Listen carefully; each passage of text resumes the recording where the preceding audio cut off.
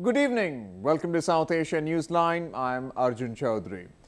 Here are the top stories we're tracking for you on Wednesday, the 24th of June. Death toll crosses 750 as Pakistan reels under unrelenting heat wave. London police gets access to suspected killers of Pakistan political leader. And markets in India abuzz as Ramazan brings big business for traders. And now for all the details. The government has declared a state of emergency in Pakistan's southern Sindh province after the death toll from the ongoing heat wave crossed 750 by Wednesday. As more casualties are reported, a continuous power outage is adding to their woes. With temperatures hovering around 45 degrees ever since the weekend, the beleaguered Sindh province is witnessing a record-breaking heat wave that has left hundreds dead within a span of 4 days. While at least 745 people have died in port city Karachi, the worst-hit region, another 38 lost their lives in various regions across the province. Karachi's Jinnah Hospital is seeing a steady stream of patients suffering from dehydration and heat exhaustion. More than 2,300 have been treated for heat stroke over here so far, while other medical centers also struggle to aid those clinging to life. Finding it difficult to cope with the situation, the various morgues across the city are overflowing with dead bodies. Many said the cost of graves has also sprung up. कब्रिस्तान गया हूं तो एक ने मुझसे 40,000 रुपए कब्र के मांगे हैं और एक ने 25,000 रुपए मांगे, वो भी सुबह कंफर्म करेगा कि कब्र है। तो मेरी इंतजामिया से ये गुजारिश है कि मेरे भाई थोड़ा सा ख्याल करें, कब्रिस्तानों पे भी लोगों को इंतजामिया के लोगों को भेजें। Pakistani Rangers and paramilitary force have set up 10 relief centers across the city, distributing water and salt tablets. The situation comes as the nation reels under a major power crisis with blackouts lasting up to 18 hours a day. Parliamentarians on Tuesday offered special prayers for those killed. Members of the opposition, however, blamed the provincial government for not providing electricity during the sweltering heat. Criticizing the administration, residents said life was getting difficult in the absence of both electricity and water.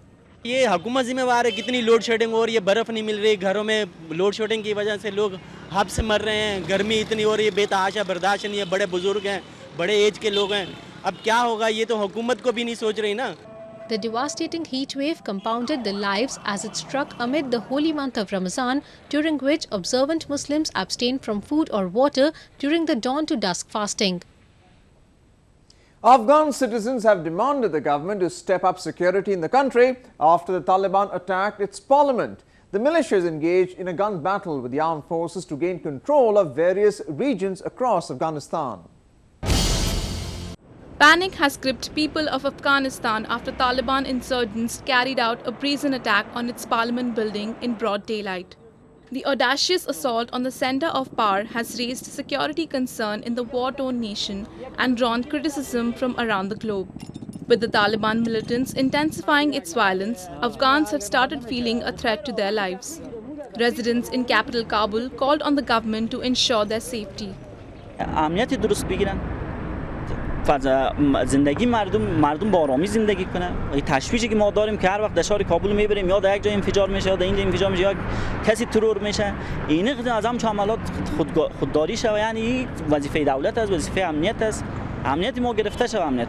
A woman was killed and at least 30 civilians were injured when a Taliban suicide bomber along with 6 gunmen stormed the parliament building on Monday. The security lapse has caught the eye of many as there is also a demand to book those security officials who failed to protect the parliament from the insurgents. Afghanistan has witnessed a spike in Taliban activities ever since the NATO troops began withdrawing in December last year, leaving the Afghan forces to fight the terrorists at its own behest. While locals still feel their national troops are not prepared to fully take charge against the Taliban. The nation on Monday found a hero in Esa Khan, the soldier who shot dead 6 Taliban attackers. Khan, who fought bravely during the 2-hour-long gun battle at the parliament, was lauded for his courage by Afghan authorities at a felicitation ceremony on Tuesday. The 28-year-old said he saw the attackers as the enemy of Afghanistan. نو یو بل ټوپک په لاس راغی او مرمۍ به تېره کړه او د دروازې مخکې مې د کانتینر ورته زنګون کش وکړو نو دشمن ته خو لاره اوزګاره شله هغې متوجه نه و چې دلته به داخل عسکري که نه هغې څه فکر وکړو چې عسکر به ټول دننه وي پراته به یې چېرته به خوبونه ډزې روژه د سس پس به او خبر نه و چې داسې دلاور عسکر دی چې ارمان به یې پوره نه شي وروره چې دا یو به را دننه کېدو بس هغې به فکر نه و ما به وخته چپه کړی یم شپږ دانې مې په ذموارۍ له منځه وړي دي هغه و مې د بل چا خوانا لګېدلی دی. The Afghan military meanwhile said it was planning a massive operation in Dasht-e-Archi in northern Kunduz province to gain back control of the area, which fell into the hands of Taliban earlier this week. This comes as the security forces reportedly retook the Cheher Dara district from the militants following a counter-offensive on Tuesday. British investigators will get access to the two men arrested in Pakistan for the murder of Muttahida Qawami Movement leader Imran Farooq. Interior Minister Chaudhry Nisar Ali Khan has said the London Metropolitan Police team, which is expected to reach Pakistan in the coming weeks, will also interrogate the men whom the Scotland Yard suspected of having direct involvement in the murder. They were arrested by Pakistan police last week from the Pak-Afghan border. 50-year-old Farooq, who fled the country in 1992 following a government crackdown on the MQM, was stabbed to death outside the London residence in September 2010. British investigators had suspected political motives and money laundering as reasons behind the murder. The recently inaugurated China-Pakistan Economic Corridor is Islamabad's covert move to hand over the control of its illegally occupied region of Gilgit-Baltistan to Beijing. Exiled nationalist leaders have claimed. A report. Pakistan had recently entered into an economic corridor agreement with China, which passes through Gilgit-Baltistan, thus increasing the foothold of China in the Himalayan region. This is in addition to the vast swathes of land from Gilgit, which Pakistan has already handed over to China, its only ally in the region. Balawaristan National Front Chief Abdul Hamid Khan said Islamabad is hiding the details of the agreement from the public. इनका जो corridor का जो चक्कर है China Pakistan का corridor, ये corridor नहीं है, ये सेल एग्रीमेंट है. इन्होंने गिलगित को पाकिस्तान के हाथों बेचने का खुफिया एग्रीमेंट किया है. अगर खुफिया एग्रीमेंट ना होता तो एग्रीमेंट को ये अखबारात में लाते, मीडिया में लाते, ओपन कर लेते. Despite the UN and both Pakistan and India recognizing the mountainous region as a disputed territory, Islamabad did not inform the world body about its mammoth infrastructure project there. Khan claimed that Pakistan did not seek the opinion of locals before granting China more control over their homeland. जो इलाका disputed है, जो आपका legal part नहीं है, जो आपके constitution में शामिल नहीं है और जिसको यूएन में डिस्प्यूटेड बनाया रखा हुआ, उसका डिसीजन अभी नहीं हुआ, आपको उसको रिकग्नाइज करते हैं, तो उस एरिया में परमानेंट तब्दीली, डैम बनाना परमानेंट चेंजेस है और फिर उसको पूरा इंडिया के उसके हवाले करना, चाइना के बगैर लोगों से पूछे आपको किसने राइट दिया है, आपको किसने हक दिया है. The $46 billion economic corridor project will connect Pakistan's Gwadar port to China's Xinjiang province through a network of roads and bridges. The ambitious plan was given a go-ahead despite opposition from people of Gilgit, a news which was largely ignored in Pakistan. Islamabad has for long maintained an iron curtain over the remote region, making it a no-go zone for international media. Due to the intense scrutiny cover, any news report criticizing the government and security agencies in Gilgit goes unreported. वहाँ जो journalist है, आप कुछ वो करेंगे तो एक बड़ा इनके पास हथियार है.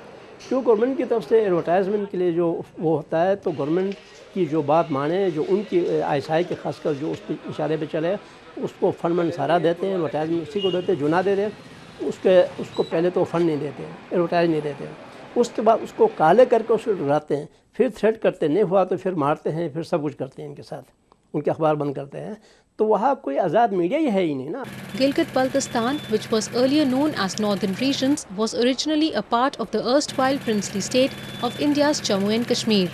It has been under Pakistan's illegal occupation ever since its annexation in 1947. Sheer determination and hard work is enough to lift a person to higher pedestal. Take a look at how a specially challenged boy swam through all the hurdles in southern India. 12-year-old Navneet MS fought not just his blindness alone, but the tides of a majestic river too. The teenager, who achieved a new feat of crossing the Periyar River in southern Kochi, broke all stereotypes to plunge into history books as he set a swimming record of sorts. The visually impaired boy, who lost his eyesight due to retinal detachment at the age of 4, successfully crossed the 650 feet wide water body sans any swimming aid on Tuesday.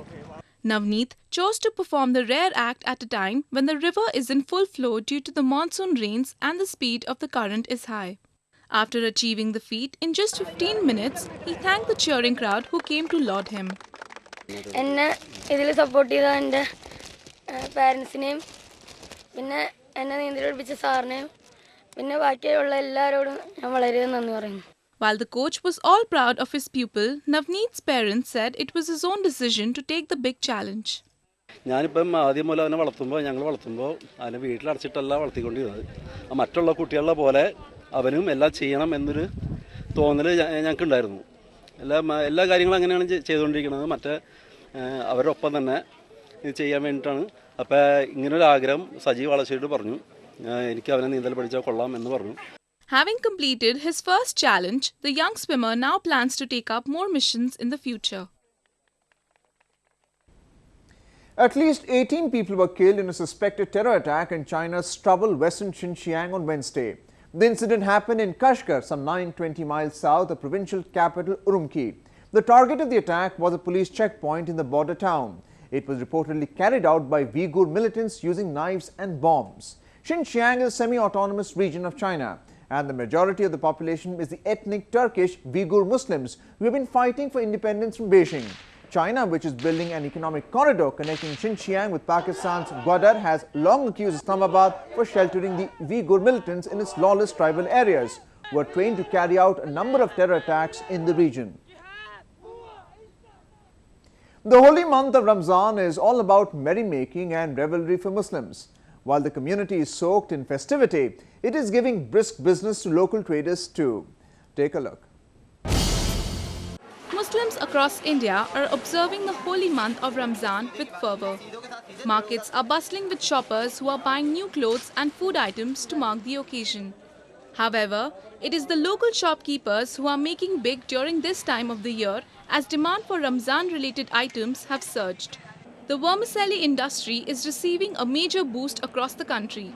In the northeastern province of Tripura, workers at manufacturing units are working extra time to meet the rising demand from not just the country but neighboring Bangladesh too. मैं त्रिपुरा के अंदर होता है, बाहर थोड़ा बहुत बांग्लादेश की border की तरह थोड़ा बहुत जाता है और बेसिकली त्रिपुरा में सब सेल होता है. Products like dry fruits are also being sold as hotcake across the country. Markets are studded with varieties of dates attracting buyers in large numbers. Muslims prefer to break their fast with dates apart from distributing it among friends and families. Shops selling skull caps are also making brisk money. Markets are offering a wide range from those made in China to Indonesia and Bangladesh. Skull caps of different colors and fabrics are also attracting buyers. Ramzan के time पे ज़्यादा बिकती है, पैसे तो बिकती कम बिकती है. कितनी बिक्री बढ़ जाती होगी, कितना परसेंट बढ़ जाता है? तो डबल हो जाता है 15 दिन में. Ramzan is the 9th and the holiest month in Islamic calendar when Muslims practice self-restraint from eating, drinking, smoking from dawn to dusk. Fasting is one of the 5 pillars of Islam. Well, that's the way it was in South Asia this evening. Before we conclude the top stories once again. Death toll crosses 750 as Pakistan reels under unrelenting heat wave. London police gets access to suspected killers of Pakistan political leader. And markets in India abuzz as Ramazan brings big business for traders. Now our viewers can watch the show on SouthAsiaNews9.com. You can also visit us on Facebook.com/SAsiaNews9 and follow us on Twitter @SAsiaNews9. That's all in tonight's edition. It's the same time tomorrow. Good night.